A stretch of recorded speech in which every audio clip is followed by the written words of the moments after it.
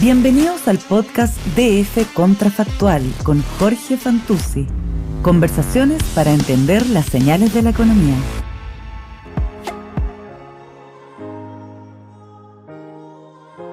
Hola, ¿cómo están? Esto es Contrafactual, el podcast que hacemos junto al Diario Financiero para darle una mirada alternativa a la economía. Y en el día de hoy queremos darle la relevancia que tiene a un gran economista, a Robert Lucas, que es de esos como de los fundamentales de la economía, que murió hace muy poco.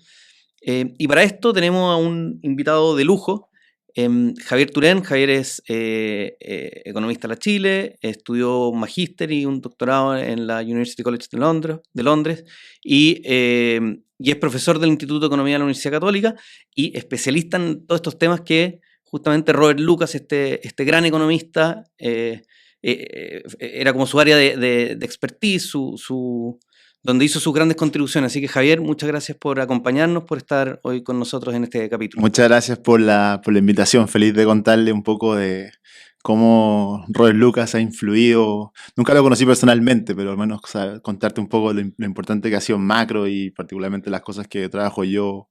Oye, eso es interesante. Tú dices no lo conocí personalmente, y efectivamente en Chile hay mucha gente que fue su alumno, porque sí. Él, para contarle a los que no lo saben, él estudió en Chicago, creo que pasó un tiempo fuera, pero después hizo clases prácticamente toda su vida en la Universidad de Chicago. Entonces todos los que han estudiado economía ahí han tenido la oportunidad de estudiar, o tuvieron la oportunidad de estudiar macro con él. Exactamente, o sea, de hecho, bueno, hay mucha gente, exalumno acá en Chile, tanto en la academia como en el sector público-privado, exalumno de Chicago que de alguna forma los primeros cursos de macro que tuvo en su vida lo hicieron con él. Entonces, yo creo que formó una cantidad de personas. De hecho, Lucas es de esos premios Nobel que tuvieron alumnos que también son premios Nobel, ¿no?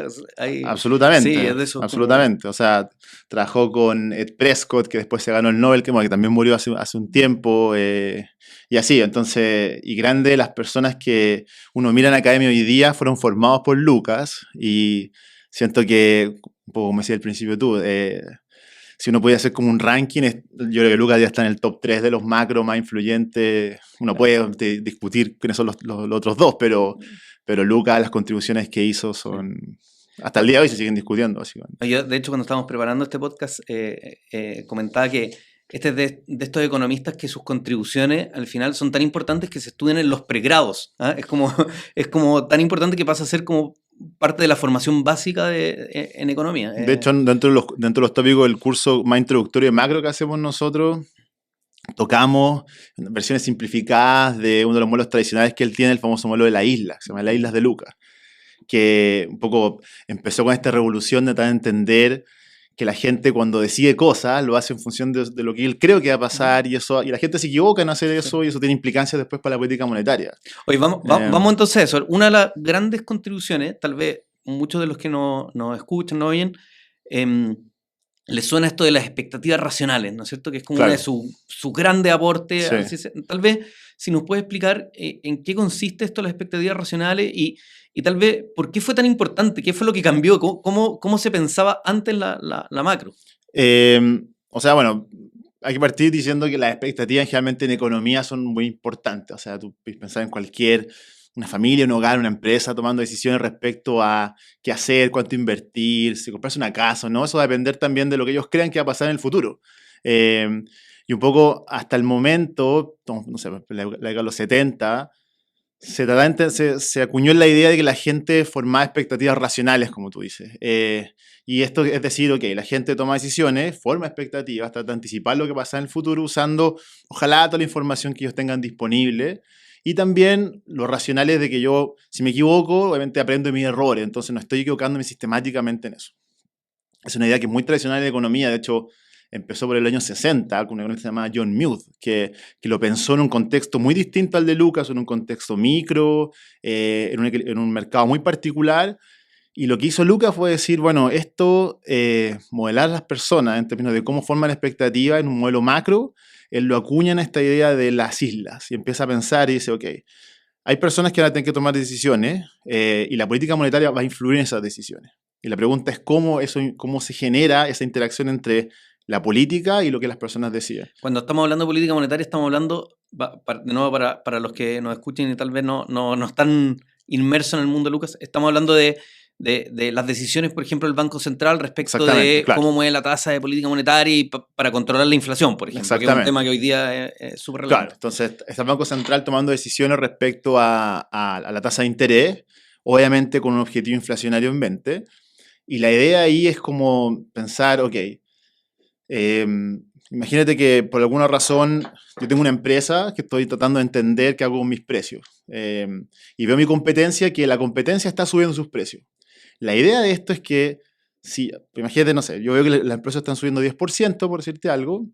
Yo no sé realmente si ese 10% de subida a ojos de la empresa es porque la inflación está subiendo 10%, o sea, todos los precios de la economía están más caros, o porque realmente hay algo particular en mi mercado, en mi demanda, que hace que me estén demandando más, por ende está subiendo el precio 10%. Como si fuera un shock real al Exactamente, precio. ese es justamente el punto. Entonces, esa disonancia o esa discrepancia entre lo que está pasando en la economía como un todo genera estas asimetrías de información que se generan.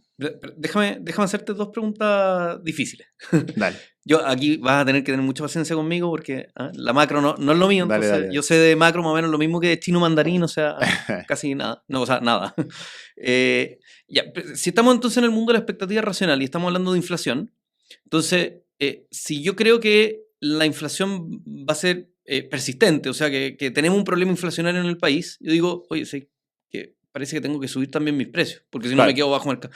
Y entonces subo el precio y eso termina aportando un poco más justamente al problema inflacionario. O sea, como mis expectativas son de que la inflación persista, ayuda justamente a su persistencia. Absolutamente. Entonces, es como decir, justamente lo que estamos conversando. Entonces, imagínate ahora, dada la historia reciente de inflación en la que estamos, yo sé que posiblemente esto que estoy observando de subida de precio, en algún porcentaje bastante alto es por inflación generalizada, ¿me fijas? Pero puede ser de que en un 20% sea también porque mi propio producto está aumentando su demanda. Entonces, si es que eso llega a ser así, imagínate que yo tengo que decidir si empiezo a producir más del bien que sea que yo haga. Si es que es inflación, básicamente no es que la gente me quiera comprar más, es que los precios están más altos. Pero si hay un efecto en mi demanda, yo debería empezar a producir más. Y esa es la idea de la parte racional. La parte racional es de que yo igual algo le atribuyo un poco la demanda. No soy capaz de separar exactamente cuál es el canal. Yo sé que puede ser 80% por inflación, pero ese 20% que me queda puede ser de que sea que mi demanda está aumentando y empiezo a producir un poquito más. Y ahí es cuando la política monetaria empieza a tener efectos reales. Y esa es la parte de lo racional. Es decir, eventualmente yo me voy a equivocar, pero voy a aprender de la historia reciente, voy a decir, ok, parece que esto es inflación, a lo mejor no tengo que hacer nada. Pero ¿qué pasa si es que esto es demanda propia mía? No me quiero quedar atrás. Pero en escenario inflacionario como el que estamos ahora, en el fondo uno puede decir, ya, está bien, yo conozco mi demanda, tengo cierta historia, pero veo que hay un problema de inflación, o sea, se comenta todos los días en la radio, en la tele, en el diario, o sea, tenemos un problema, entonces, a menos que la señal sea, se está controlando la inflación, los agentes racionales, o sea, todos nosotros, contribuimos finalmente a que el problema persista. Absolutamente. De hecho, uno de los desafíos que tiene el Banco Central hoy, tanto el de Chile como otros países, es justamente volver a comillas, anclar las expectativas de vuelta a el 3%, por ejemplo, que el caso del Banco Central de Chile quiere lograr. Entonces, es un problema como de la inercia de lo que yo creo que va a pasar. Entonces, obviamente, si yo estoy fijando precios, imagínate precios que quedan constantes o rígidos, tengo que fijar un arriendo por un año y sé que ese precio no lo toco hasta un año más. Es muy distinto el precio que va a fijar ese arriendo pensando que la inflación va a ser 10% a que si vuelvo a creer que es 3%. Entonces esa inercia es muy difícil de romper y por eso el Banco Central va mandando señales. Va informando a la gente, es como, ok, la inflación yo sé que está alta, estamos haciendo lo posible volver al 3%, eso se va a demorar. Y justamente en un país como Chile, donde hay muchos precios que son indexados por la UEF, piensa que ahora incluso los arriendos se están generando en UEF, los colegios se están pagando en UEF, romper esa inercia de la inflación es extremadamente difícil. Tiene que ver con volver a anclar la expectativa. Entonces, avisar, esperamos que si todo va bien, en 2 años más converjamos a ese tipo de mensajes. Claro.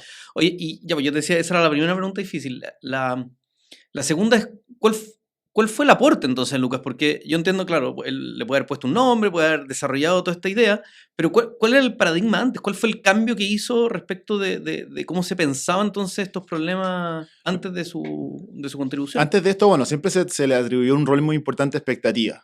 pero se modelaban de una forma bastante como inocente, voy a decir. Se pensaba que la gente cuando formaba expectativas básicamente miraba hacia atrás y veía la historia reciente expectativa y eso era básicamente su predicción. Entonces yo repetía lo que ocurrió antes. Si la inflación es 10%, yo sigo creyendo que va a ser 10% en el tiempo. Entonces, parte de la contribución fue tomar esta idea de las expectativas racionales y modelarlo en un contexto de equilibrio general macro, que es la idea de la isla. Entonces, espérate, vamos un poco más al detalle. Mastiquemos eso. Vamos al detalle de eso. Equilibrio Entonces, general. tratando de entender un modelo donde voy a tratar de, teóricamente, modelar individuos tomando decisiones dentro del modelo. O sea, fíjate que voy a explícitamente darle espacio a que los individuos puedan decidir cuánto consumir, cuánto invertir. Okay. Empresas también al mismo tiempo diciendo qué precios fijar. Y en ese contexto, un banco central tratando de cambiar la cantidad de dinero en la economía para mover la tasa de interés y con eso afectar la inflación. Eso en general, eso en un contexto, olvídate Lucas por un segundo, te va a generar o tiende a generar una de las ecuaciones más importantes que hay en macroeconomía que se llama la curva de Phillips, que es una relación que existe en los datos entre actividad económica e inflación. Entonces, hoy día, por ejemplo, hay una discusión muy grande de qué tan sensible es la inflación a la actividad. O sea, el Banco Central, cuando cambia la tasa de interés, le interesa saber esa sensibilidad de manera de decir, ok, la inflación sube o baja, la actividad cómo va a responder. Entonces, o sea, si subo la tasa, por un lado voy a controlar la inflación porque hay menos plata dando vuelta en la calle, pero por otro lado puede ser que frene la economía. ¿No? Claro, o sea, en cuánto lo voy a frenar. Claro, ese trade-off, en cuánto lo freno, se genera. También estamos diciendo que Lucas es como el top 3 de los macros. Yo creo que la curva de Phillips es las top 3 ecuaciones de macro más importantes. Y está la discusión entonces qué tan sensible es esto. Eso hasta ese momento, hasta antes de Lucas, se podía generar, la gente trataba de entenderla teóricamente, de dónde salía esto. Y se generaba con supuesto un poquito, voy a decir, como de fuerza bruta. Que es decir, ok, hay un porcentaje de las empresas que tienen los precios fijos, otro porcentaje no los puede cambiar, y con eso se genera. Como viendo hechos estilizados. Claro, entonces, bueno, la curva de Phillips nace de mirar los datos, de hecho, no nace de un modelo, nace de mirar los datos y esta relación. Entonces, en ese contexto, Lucas empieza a pensar y dice, ok, ¿qué pasa si incorporamos expectativas racionales en este modelo? Y supongamos que el Banco Central entonces empieza a aumentar la cantidad de dinero y con eso empieza a inflar la economía, empieza a inflar los precios. Y aquí volvemos a esta dicotomía que hablábamos antes. Yo no sé bien si es que, porque tengo información, no sé, imperfecta, soy inteligente, entonces trato de hacer lo mejor que pueda, pero le atribuyo un pedacito de este aumento de precio a que algo me está cambiando la producción. Entonces ahí se empieza a generar este vínculo entre la inflación y la actividad, que nace como un resultado de agregar expectativas racionales. Hasta ese momento, como te decía, no había lo que se conoce en la economía como los microfundamentos, que es decir, que la relación que yo observo en los datos nazca de comportamientos, claro, pero comportamientos personales de las personas. Al final de esto, como le digo también en clase, no se olviden, sigue siendo una ciencia social. Entonces, igual estamos tratando de entender personas que toman decisiones y con esas decisiones tratan de hacer lo mejor posible para su propio bienestar. Entonces, de ahí viene un poco cómo se acuñó el concepto de que microfundando comportamiento, o sea, tratando de irse como al corazón de personas tomando decisiones, nace de manera natural esta relación que está en los datos, que es la famosa curva de Phillips, esta relación entre inflación y desempleo. Oye, y hasta ahora hemos hablado mucho de inflación, sí, que además justo la contingencia es un tema relevante, pero este mismo tema de expectativa racional uno podría aplicarlo, no sé, a tipo de cambio, ¿no es cierto?, a cuando se disparó el dólar, o a temas como crecimiento. Si yo espero que, esta es mi manera tal vez muy cándida de pensarlo, pero si yo pienso que el país va a crecer y que la economía va a estar súper dinámica el próximo año, tal vez tomo decisiones de inversión, y esas decisiones de inversión nuevamente contribuyen a que efectivamente el país crezca. Es como una profecía autocumplida. Claro, o sea, y de hecho, un poco a lo que se relaciona con lo que conversamos al principio, es si yo creo que el país va a crecer, o si yo veo el tipo de cambio muy depreciado y sé que eso tiene un efecto inflacionario directo, porque el dólar está más alto y eso traspasa precios internos, obviamente yo voy a pensar, voy a anticipar movimientos futuros de la inflación en esa línea. Entonces, volvemos como un poco a cómo controlar, o sea, reconociendo que el rol de la expectativa es importante, reconociendo que la gente forma expectativas de maneras racionales, ¿Cuál es el desafío entonces que tengo yo como Banco Central? En este contexto, un tipo de cambio alto, un crecimiento que viene cayendo, pero un crecimiento, al menos en los años anteriores, muy fomentado por aumentos fuertes del gasto público. El rol que tiene el Banco Central un poco es volver a, como te decía, a anclar estas creencias a la inflación. Entonces, es como esta típica analogía que se usa mucho en macro, de decir, si uno piensa en la inflación como un barco en la orilla del mar, el barco se empieza a mover por los vientos. Fíjate, piensa en los vientos como los shocks. Pueden ser shocks extranjeros, de tipo de cambio, aumentos de demanda. El barco se mueve. Lo importante es que si el barco se mueve, la inflación se va a ir moviendo. Lo importante es que cuánto tengo que esperar yo para que el barco, no sé, se vaya a alta mar por los vientos. Si el barco está bien anclado en la orilla, con un ancla fuerte de expectativa, o sea, no importa lo que pase con el viento fuerte o viento despacio, si la gente sigue creyendo el 3%, el barco se va a quedar ahí. ¿Te fijas? Entonces, el momento que se corta esa ancla y la gente ya deja de creerte el 3% y te empieza a creer 8%, 9%, empieza lo que se llama como esa espiral inflacionaria. Entonces yo creo que va a ser 10%, fijo precios pensando en 10%, y de nuevo, romper esa inercia es extremadamente difícil porque tengo que volver a anclar la economía. Y anclarla requiere tiempo, requiere credibilidad, y ahí está todo esto que, no sé, toda la gente del Banco Central trata de hacer día a día, o sea, convencer de que estamos en un escenario alto, tenemos la tasa muy alta y la van a dejar alta por un tiempo, y con eso recién, ojalá en algún momento del tiempo, poder volver a anclarlo es la expectativa, volver a este barco que vuelva al 3%, ¿te fijas? Y eso un poco es frente a toda contingencia, de tipo de cambio, de crecimientos deprimidos como el que estamos, bueno, así, y así también. Oye, hay un tema que tal vez tangencial, pero que de todas maneras me parece importante. Lucas, con todo este desarrollo, no sé si influyó en la palabra o tal vez, pero creo que sí, influyó en el pensamiento, por ejemplo, de otro economista igual de famoso, por ejemplo, como Friedman, ¿no es cierto? Y toda esta idea de la neutralidad del dinero. No sé si nos puedes explicar un poco en qué consiste justamente cómo se relacionan ambas corrientes de pensamiento. Tiene que ver con lo que hablábamos, por ejemplo, de la curva de Phillips. O sea, esta relación que existe entre inflación y desempleo, es algo en general se da voy a decir, en el corto, mediano plazo. ¿Okay? Yo sé que es difícil en economía decir qué es el corto plazo. Claro, o sea, cuántos años son. Es todo tautológico, además, en las definiciones. Exactamente, es como medio circular el argumento. Entonces ahí la idea de Friedman es decir, ok, entonces, en el largo plazo la política monetaria no tiene efecto. Entonces yo puedo aumentar la cantidad de dinero, el Banco Central aumenta la cantidad de billete en circulación de la economía y eso generalmente en largo plazo solamente te genera inflación, nada más. Entonces la pregunta era, volviendo al tema de la expectativa, es cómo yo, como alguien que asume expectativas racionales, puedo generar también que en el largo plazo no pase nada. Y eso también lo soporta el modelo de la isla, lo soporta Lucas con la idea de la expectativa, en el sentido de que, volvemos al ejemplo de esto, que yo no sé bien si es que el precio que está subiendo es por mi competencia, o sea, por mi mercado o por la inflación. Entonces yo eventualmente puedo aprender y decir, ok, estos 10% mi demanda, 90% inflación. Piensa eso sistemáticamente en el tiempo. Y si el Banco Central cree que hay espacio para yo, al inflar precios, mejorar, porque fíjate que si empiezo a producir más, contrato más gente. Y eso hace que el desempleo empiece a caer. Piénsalo así en un modelo más agregado. Pero la gente es racional, entonces sistemáticamente en algún momento voy a aprender. O sea, ok, el Banco Central lleva aumentando la inflación sistemáticamente año tras año. Entonces finalmente voy a aprender de que esto que yo creía que era mercado, mientras más puntitos voy viendo, mientras más observaciones voy viendo, digo, no, esto es inflación. Y dejo de producir. Y ahí se produce esto que en el largo plazo el dinero vuelve a ser neutral.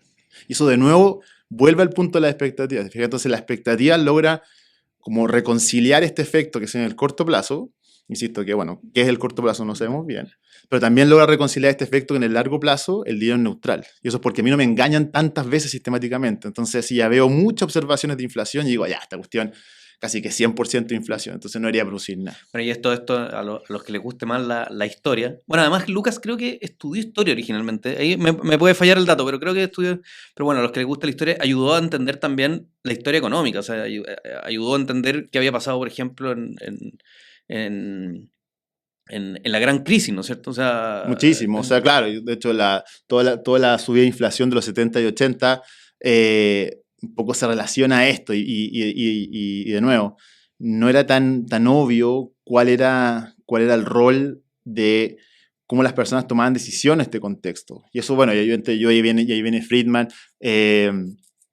Prescott, que digo que fue alumno de él, en algún momento dijo que este paper que te contaba de la isla, posiblemente el paper más importante en la historia de la macro. Y ahí vuelvo a esto de que puede ser el top 3, puede ser el top 1, no sé. Pero por ahí. Pero por ahí. Obvio. Claro, por ahí. Como hablar así en el fútbol. ¿Cuáles son los más importantes? Lo mismo acá.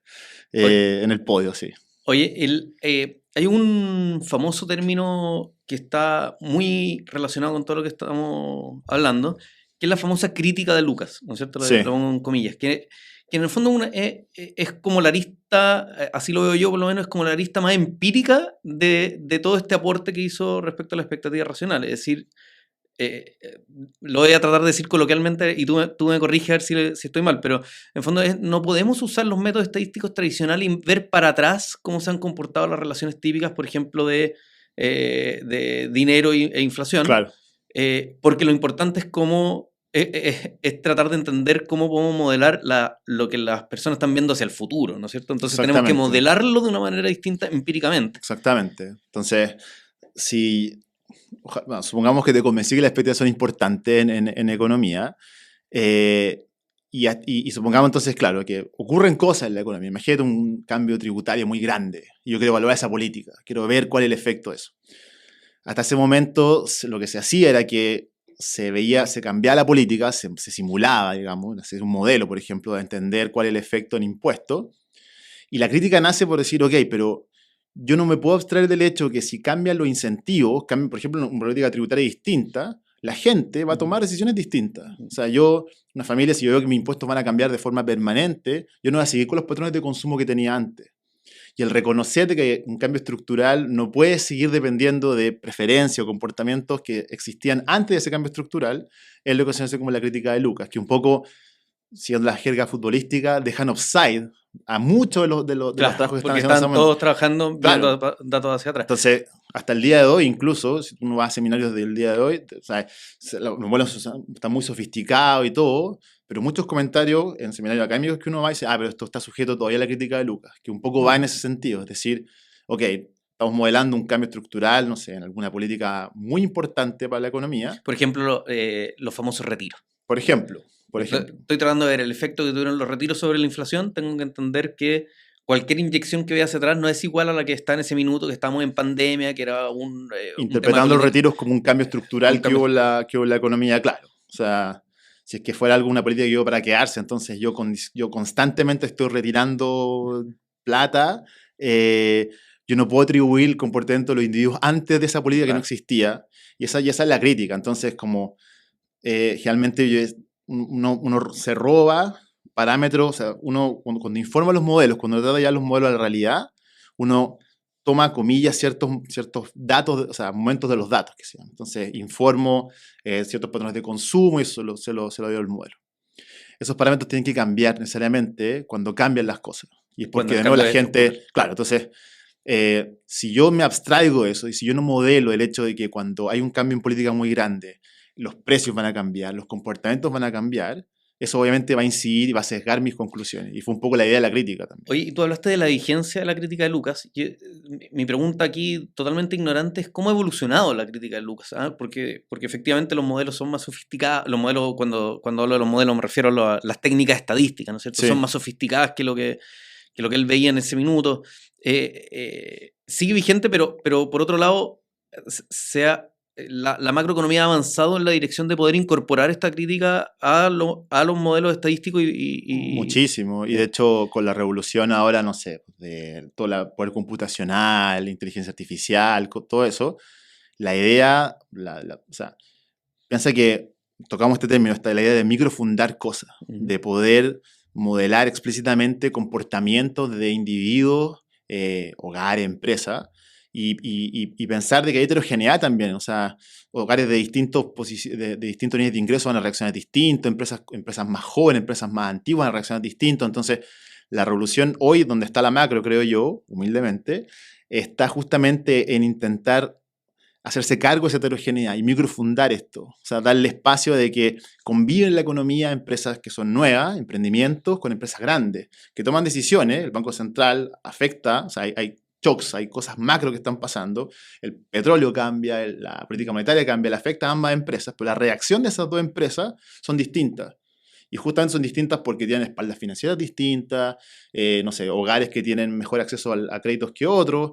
Toda esa heterogeneidad se ha podido explotar ahora con toda la revolución que tenemos en programación, en modelos estadísticos. Los computadores también ahora son capaces de poder procesar una cantidad de datos que no teníamos antes. Entonces tenemos información de transacciones de empresas en frecuencia diaria, ¿te fijas? Entonces creo que es parte de la revolución. Intentar siempre microfundar lo más posible todo el tipo de modelos, justamente para no caer en esta crítica y poder decir, ok, si puedo modelar y quiero entender qué va a pasar con la economía si hay un cambio de política en esta dirección, quiero entender no solamente los cambios en incentivos, sino también cómo esa política distinta puede afectar de forma heterogénea a hogares distintos, a empresas distintas, ¿te fijas? Eso yo creo que es donde está la economía hoy. O sea, al final, la su macro, contribución sigue estando vigente porque además se ha podido corregir, digamos, lo que él criticaba gracias, digamos, al desarrollo justamente de la ciencia social. Claro, absolutamente, absolutamente. De hecho, la corriente hoy día es entender las implicancias micro de los shocks macro. Esa es como la cancha, volviendo a la jerga futbolística, esa es la cancha donde está jugando hoy día. Está jugando una cancha donde el Banco Central va a alterar cosas, va a cambiar la tasa, y la tasa de interés cambia para todos, no cambia para un grupo de personas.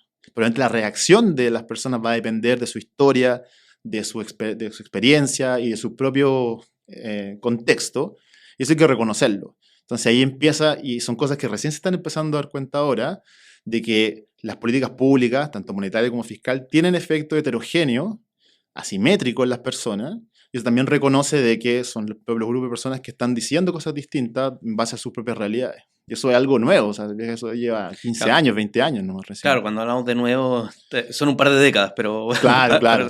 Pese que el modelo de la isla es el modelo del año 72, entonces ya tiene mucho bagaje, y un poco volviendo a lo que hablábamos al principio. Por eso también, cuando uno ve estas cosas en la universidad, son versiones muy simplificadas Pero que son necesarias. Que son, claro, absolutamente. Exactamente. Absolutamente. Y motivan. Pues, o sea, yo creo que la razón por la que estoy acá sentado es porque yo en su momento, cuando era un alumno, el modelo de la isla a mí me voló la cabeza. Y dije, yo quiero trabajar en esto. Literalmente. O sea, a mí me pasó justo lo contrario, pero... bueno, okay. Pero es impresionante como pequeñas cosas así tienen efecto. Y me empezó a gustar mucho la academia justamente por eso. Es muy bonito la forma de modelarlo. Y bueno, y son... Uno tiene que también ponerse en el contexto, hablando de un modelo de años 70, pero tiene una narrativa, si uno lo lee, muy parecida a lo que se está hablando hoy día, lo que estamos hablando de expectativa, la importancia de las personas tomando decisiones. Eso es una discusión que, si viene antigua, sigue aplicándose. Y invitar a la gente a que lea lo IPOM, o sea, que lea todo lo que oficialmente dice el Banco Central, y todo el lenguaje, digamos, que se usa, justamente está basado, no sé si basado, pero anclado, tal vez inspirado, claro, en esta ya corriente de la macro. El IPOM siempre tiene una sección ahí donde muestra qué tan, o sea, se hacen encuestas de expectativa a grupos de economistas, a hogares, a empresas, y se muestra dónde está la expectativa de las personas en relación a la meta. Y hace un poco de futurología, en el buen sentido, justamente para mostrar cómo la entidad rectora, digamos, ve que hacia dónde hacia dónde se está moviendo la economía, porque justamente ayuda a converger si es que alinea las expectativas de todos. Un poco el mensaje cuando uno va a las presentaciones del IPOM es siempre esa, siempre estamos haciendo, a nosotros no nos gusta tener la tasa tan alta, pero estamos tratando de quebrar esta dinámica de la inflación. Y esperamos que en 2 años más... Y claro, y te muestran unas proyecciones y dice, créanos que en 2 años más estamos de vuelta al 3%. Bien, claro. Entonces... O sea, ahora tomen decisiones, ojalá con el 3% ya más en la cabeza que lo que tenían antes. ¿Sí? Oye, Javier, te quiero dar las gracias por esta conversación muy entretenida. Yo creo que ayuda también a poner como en su justo lugar a Lucas. Yo creo que generó, cuando salió la noticia que murió hace muy poco, generó mucho interés en gente, como te decía, que estudió con él, o sea, que se formó con él.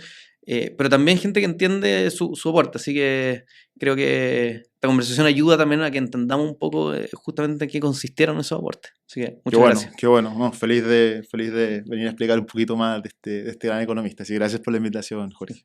Bueno, esto es Contrafactual, el podcast que hacemos con el Diario Financiero para darle una mirada alternativa a la economía en el día de hoy, para conocer, para profundizar un poco más en Robert Lucas y Soporte a la Economía. Muchas gracias.